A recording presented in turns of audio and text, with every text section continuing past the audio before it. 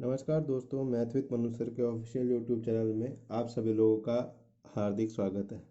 अब हम हमारी सीरीज को आगे बढ़ाते हुए देखते हैं क्वेश्चन नंबर 101 क्या कह रहा है कि एक परीक्षा में 900 लड़कियां तथा 1100 लड़के बैठे। इनमें से 40% लड़कियां तथा 50% लड़के उत्तीर्ण हुए। कुल कितने प्रतिशत विद्यार्थी अनुत्तीर्ण रहे? अनुत्तीर्ण यानी कि फेल रहे।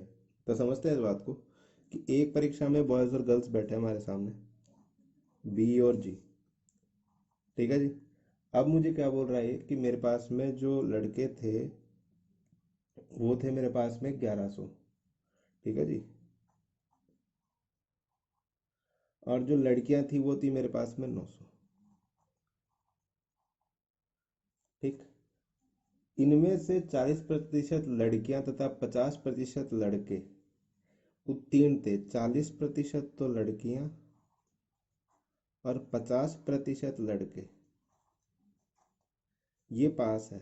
और आपसे फेल का परसेंटेज पूछा हुआ है, तो फेल कितने होंगे भाई? 100% बॉयज, 50% पास, तो 50% फेल। 100% गर्ल्स, अगर 40% पास तो 60% फेल। ठीक है जी। अब देखो, 1100 का 50% कितना हो जाएगा? अब हमें इस हिसाब से निकालना है, क्यों? क्योंकि हमें फेल का परसेंटेज निकालना है, तो हम फेल के हिसाब से देखेंगे। देखते हैं। देखो, अब 1100 का 50% यानी 1100 का आधा कितना हो जाएगा? 550। सही है। और 900 का 60% तो 9 6 54 यानी 540।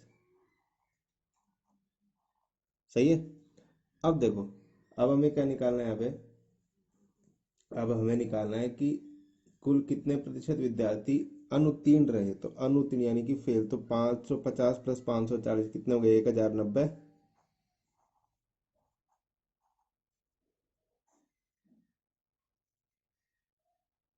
बटे में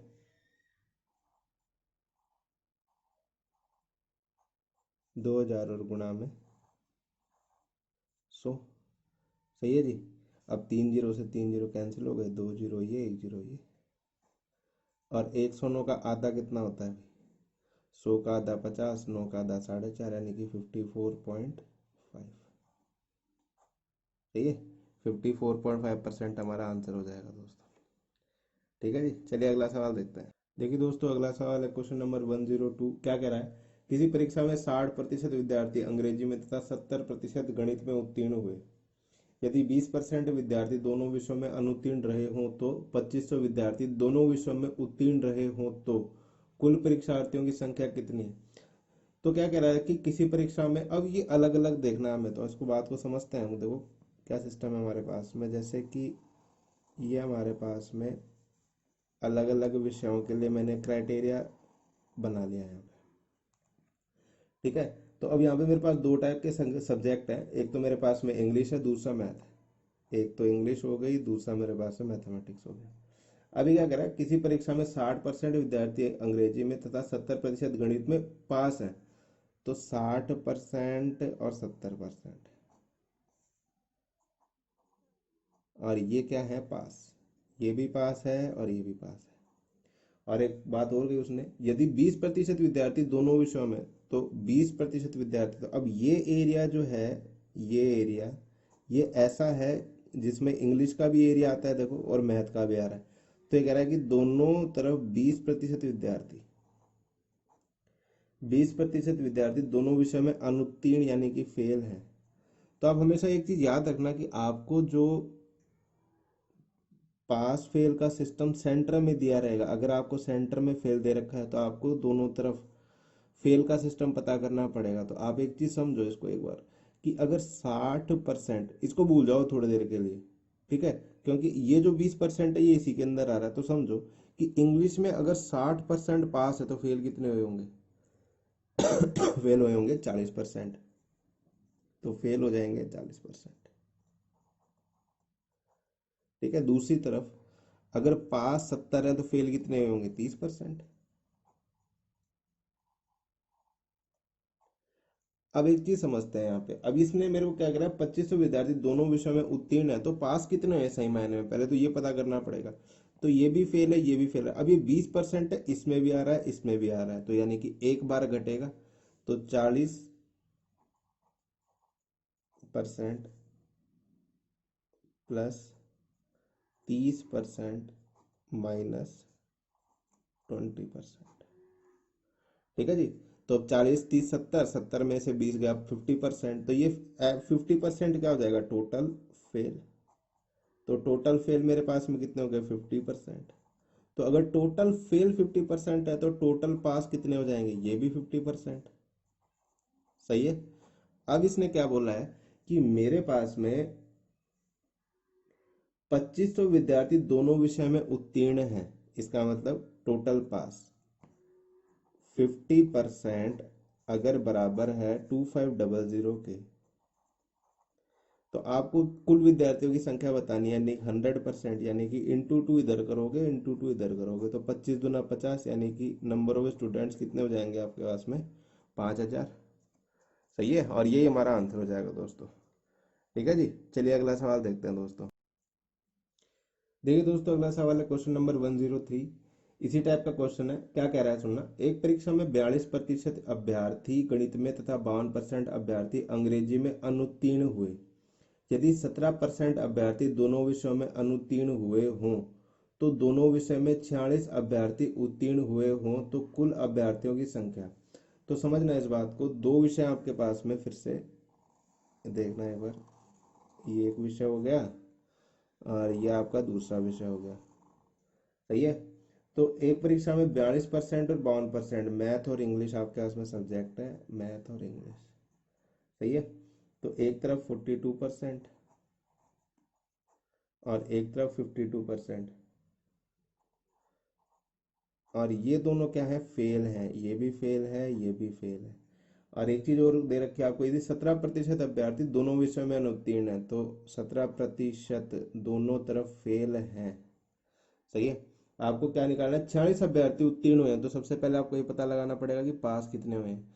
तो समझना है इस बात को कि भाई 42% प्लस 52% माइनस 17%, तो ये कितना हो जाएगा, 94, और 94 में से 17 गया, कितना बचेगा हमारे पास में, ये बचेगा 77%। ठीक है। तो ये 77 क्या है हमारे पास में, नंबर ऑफ फेल स्टूडेंट्स हो गए। ठीक है। अब पास कितने होंगे, 100% है तो 100 में से 77 गया, इसका मतलब 23% विद्यार्थी पास हो जाएंगे। सही है। अब इस बात को समझो, आपकी 23% विद्यार्थी पास हैं, वो बराबर दे रखा है 46 के। अगर 23 विद्यार्थी 46 के बराबर है तो 1% का मान समझना अब यहाँ पे 1%।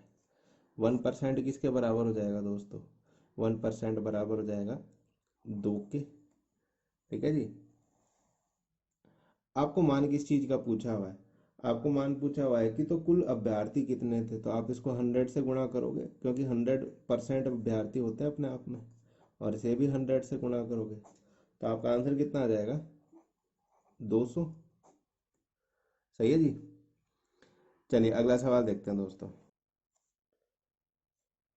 देखिए दोस्तों, अगला सवाल है क्वेश्चन नंबर 104। क्या कह रहा है कि किसी कक्षा के 72% विद्यार्थियों ने जीव विज्ञान तथा 44% ने गणित विषय चुना।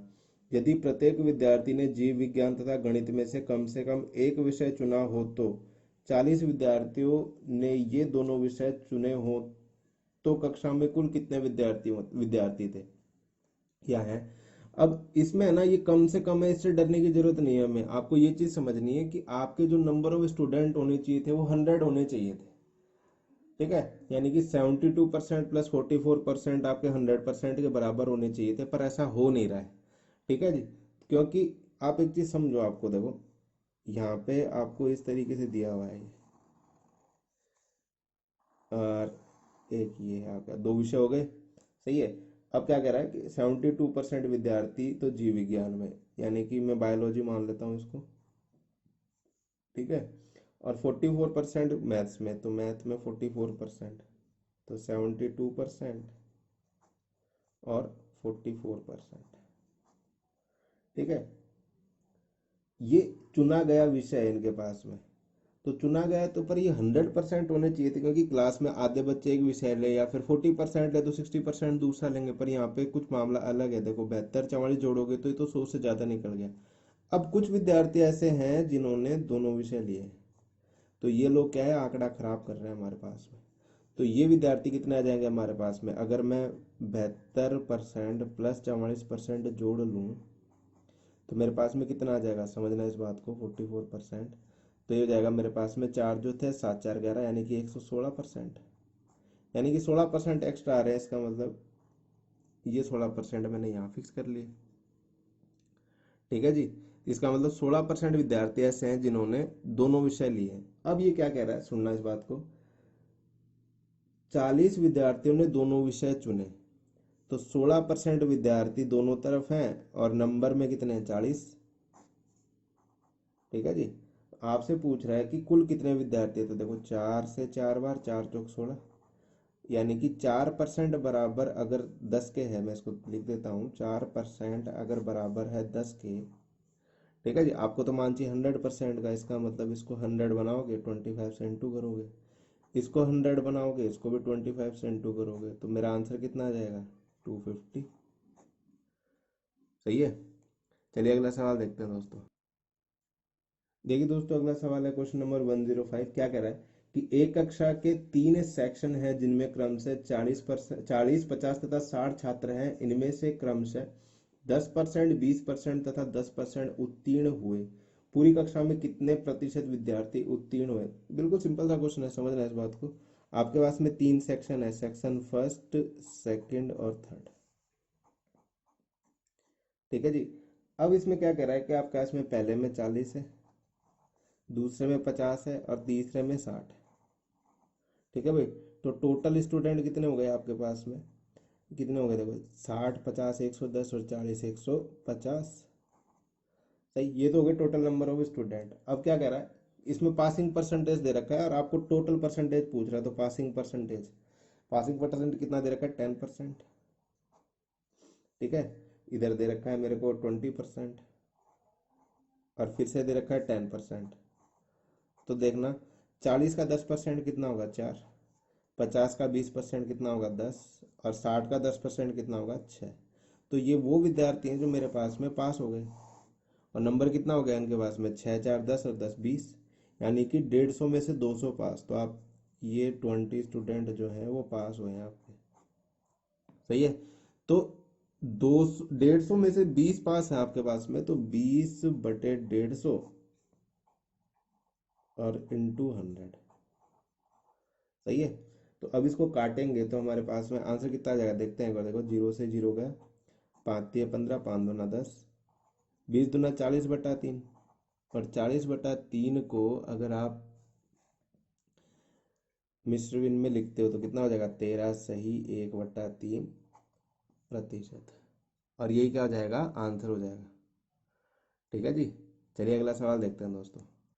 देखिए दोस्तों, क्वेश्चन नंबर 106 क्या कह रहा है कि खिलौने के मूल्य में प्रति खिलौना 20% वृद्धि किए जाने पर इनके बिक्री की संख्या में 15% कमी हो गई।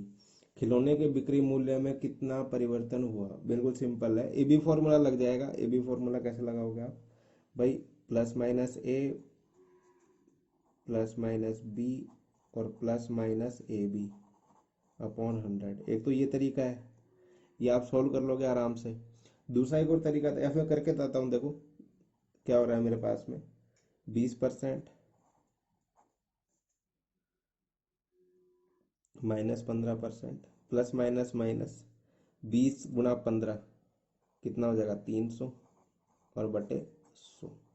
0 से 0 गया, 15 3 18 और 20 में से 18 गया, कितना बचेगा, 2%। और 2% क्या है, प्लस में आ रहा है, तो ये वृद्धि होगी।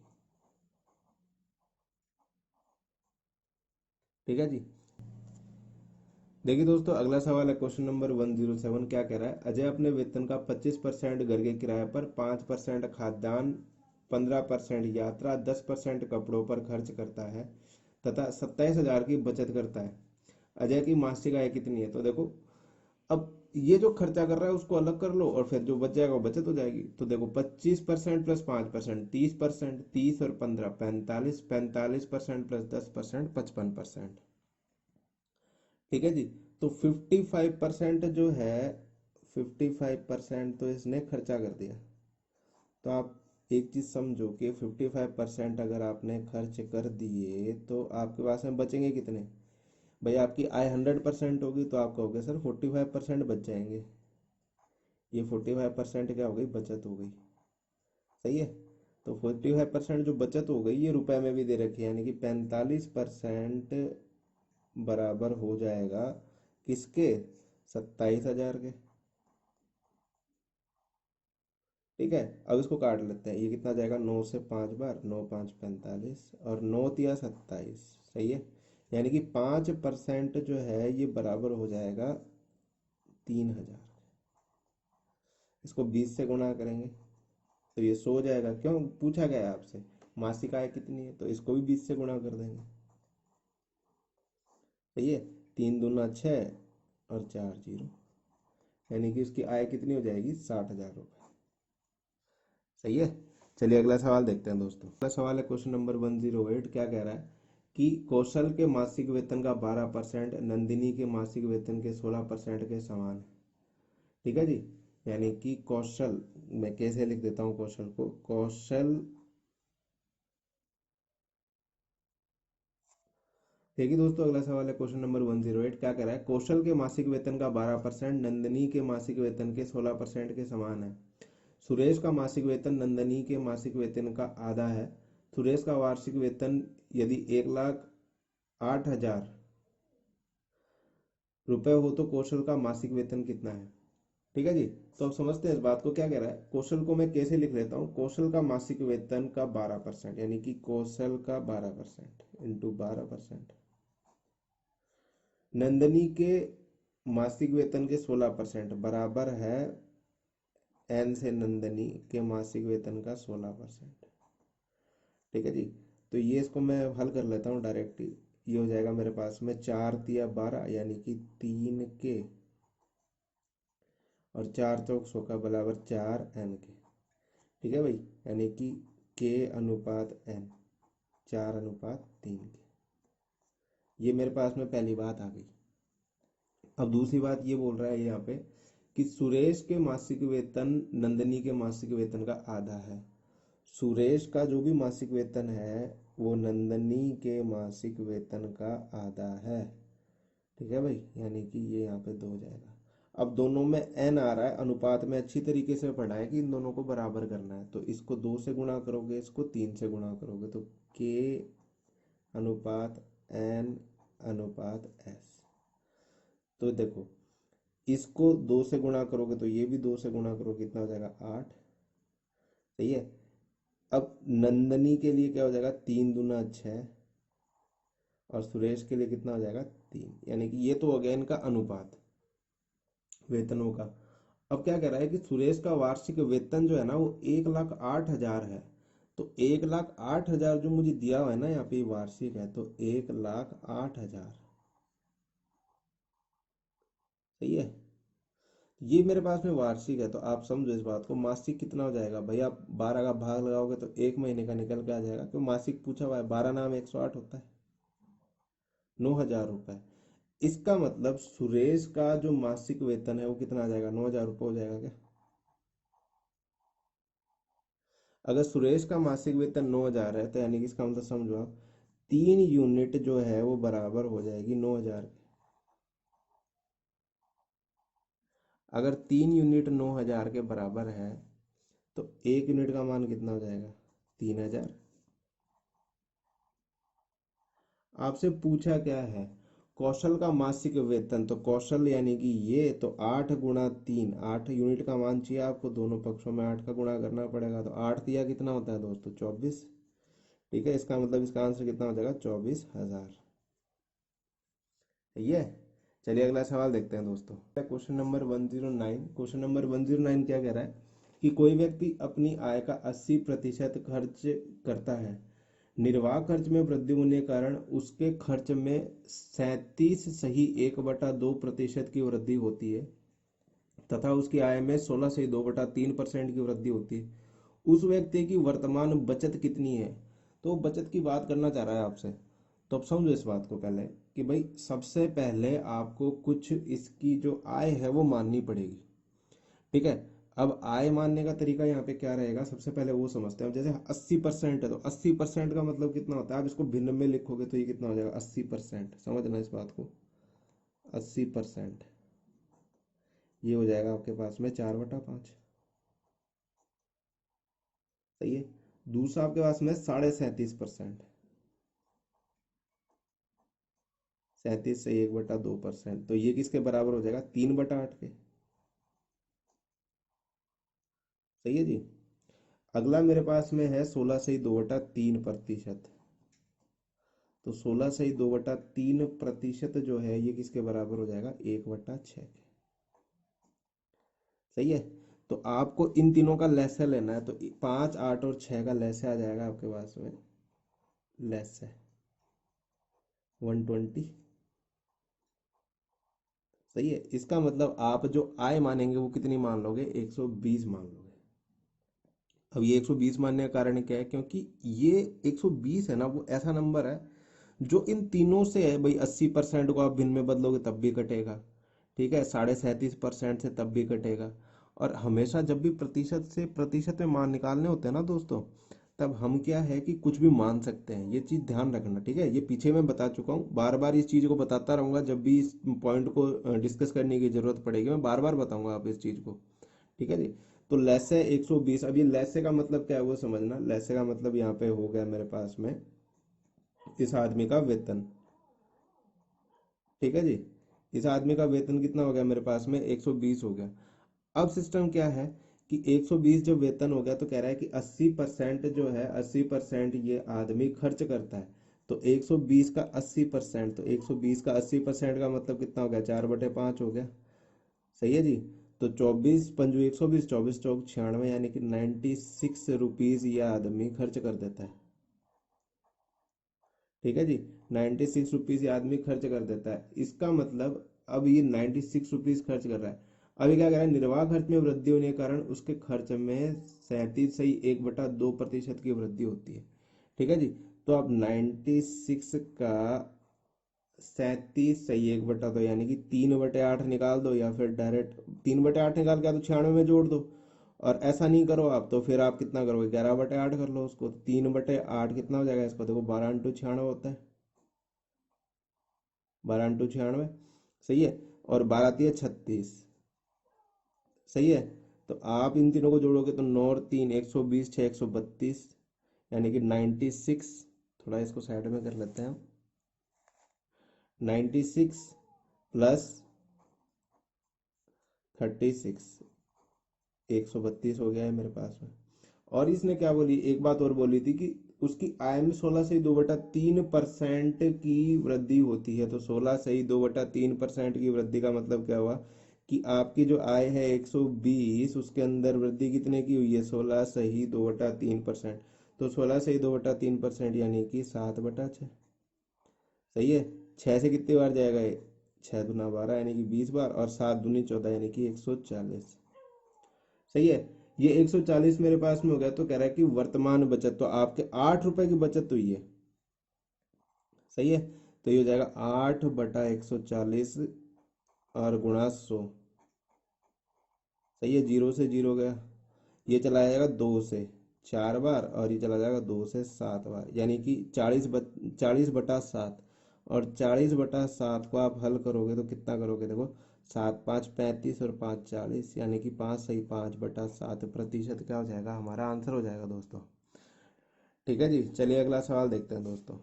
देखिए दोस्तों, अगला सवाल है क्वेश्चन नंबर 110। क्या कह रहा है क्वेश्चन नंबर 110, राम अपनी मासिक आय का 20% अपने घरेलू आवश्यकताओं पर, शेष आय का 15% पुस्तकों पर तथा शेष आय का 30% कपड़ों पर खर्च करता है। अब उसके पास 9,520 बचते हैं, उसका मासिक आय कितनी है। ठीक है। अब इस कंडीशन में आप क्या करो, इसकी मासिक आय आप एक्स मान लो, आसानी से हो जाएगा उससे। मासिक आय आपने कितनी मान ली एक्स। ठीक है जी। अभी क्या कह रहा है कि 20% अपने घरेलू आवश्यकताओं पर खर्च करता है। तो 20% खर्च करता है, इसका मतलब बचा कितना लेता है, 80%। तो 80% को आप 4/5 लिख दो या डायरेक्ट लिख दो भाई, 80% का मतलब हो गया 80/100। सही है। अब ये जो भी राशि है ये अपने आप में 100% हो जाएगी। सही है।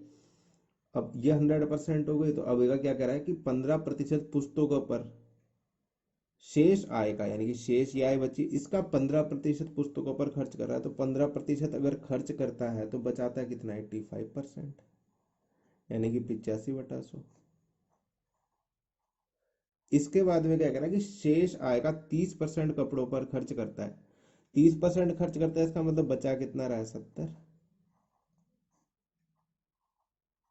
और लास्ट में उसके पास में पैसे कितने बचे, 9520। सही है। ये इसकी क्या बच गई, बचत बच गई। तो पहले इनको काट लेते हैं जितना कटे, जैसे जीरो से ये जीरो चला गया, ठीक है, जीरो से ये जीरो चला गया, दो से 2 4 जाए, 2 5 जा 10। सही है। ऐसे देख लो, 5 से 17 बार, 5 से 20 बार। सही है। और ये चला जाएगा 4 से 5 बार। सही है। इसके बाद में ये चला जाएगा, 7 से कट जाएगा भैया, ये 7 से देखना, 7 से 9520 को काटूंगा तो कितनी बार जाएगा ये मेरे पास में, सात, 7 से काटूंगा इसको तो 7 से कितनी बार जाएगा ये? 7 एकम 7, 7 या 21, ठीक है जी। और 7 6 42, और जीरो, 17 से कितनी बार जाएगा ये? ठीक है। अब 17 में 1360 का भाग लाएं, कितनी बार जाएगा, 8 बार। ये हो जाएगा 80। ठीक है भाई। अब देखो, अब अगला अपने पास में क्या बच गया, अब अपने पास में है भाई 5 × 5 25, और ये 10। तो अब देखो x बराबर कितना आ जाएगा मेरे पास, x बराबर आ जाएगा 80 × 25 × 10। ये कितना जाएगा, 25 × 200। सही है। और एक जीरो ये और एक जीरो ये, तो मेरा आंसर कितना आ जाएगा यहाँ पे, 20,000। सही है। तो आज के लिए, तो इस वीडियो में सिर्फ इतना है दोस्तों। बाकी के सवाल जो है हमारे नेक्स्ट वीडियो में देखेंगे। और आप चैनल को लाइक सब्सक्राइब और शेयर किया करो, जिससे क्या ज़्यादा से ज़्यादा बच्चों तक लाभ लाभ पहुँचे। ठीक है जी। धन्यवाद दोस्तों।